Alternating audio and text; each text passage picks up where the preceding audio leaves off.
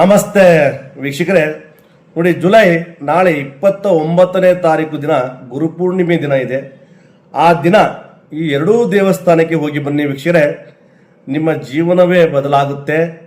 ನಿಮಗೆ ಅಷ್ಟ ಐಶ್ವರ್ಯ, ಆರೋಗ್ಯ ವೃದ್ಧಿ, ಮನಃಶಾಂತಿ, ಆ ಗುರುವಿನ ದಯ ನಿಮಗೆ ಸದಾ ನಿಮಗೆ ಇರುತ್ತೆ. ನೋಡಿ ಯಾವ ದೇವಸ್ಥಾನಪ್ಪ ಅಂತಂದ್ರೆ ಸಾಯಿಬಾಬಾ ದೇವಸ್ಥಾನ ಅಥವಾ ಗುರು ರಾಘವೇಂದ್ರ ಸ್ವಾಮಿ ದೇವಸ್ಥಾನಕ್ಕೆ ಹೋಗಿ ಬನ್ನಿ. ನಿಮ್ಮ ಜೀವನವೇ ಸಂಪೂರ್ಣವಾಗಿ ಬದಲಾಗುತ್ತೆ. ನಿಮಗೆ ಎಲ್ಲಾನು ಅಭಿವೃದ್ಧಿ ಆಗುತ್ತೆ. ನಿಮ್ಮ ಜೀವನ ಸುಖ ಶಾಂತಿ ಆಗುತ್ತೆ ವೀಕ್ಷಕರೇ. ಯಾಕಂದರೆ ಕೆಲವೊಂದು ಗುರುವಿನ ಆಶೀರ್ವಾದದಿಂದ ಪ್ರತಿಯೊಂದು ನಿಮಗೆ ಒಳ್ಳೆಯದಾಗುತ್ತೆ.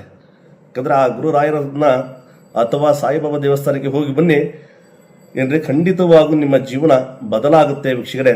ಯಾಕಂದ್ರೆ ನಾಳೆ ಗುರುಪೂರ್ಣಿಮೆ ಇರೋದ್ರಿಂದ ಗುರುವಿನ ಆಶೀರ್ವಾದ ಇರಬೇಕಂತೆ, ಗುರುವಿನ ಮಾರ್ಗ ಇರಬೇಕಂತೆ.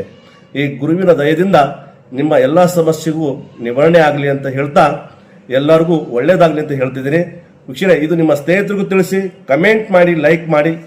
ನಮಸ್ತೆ.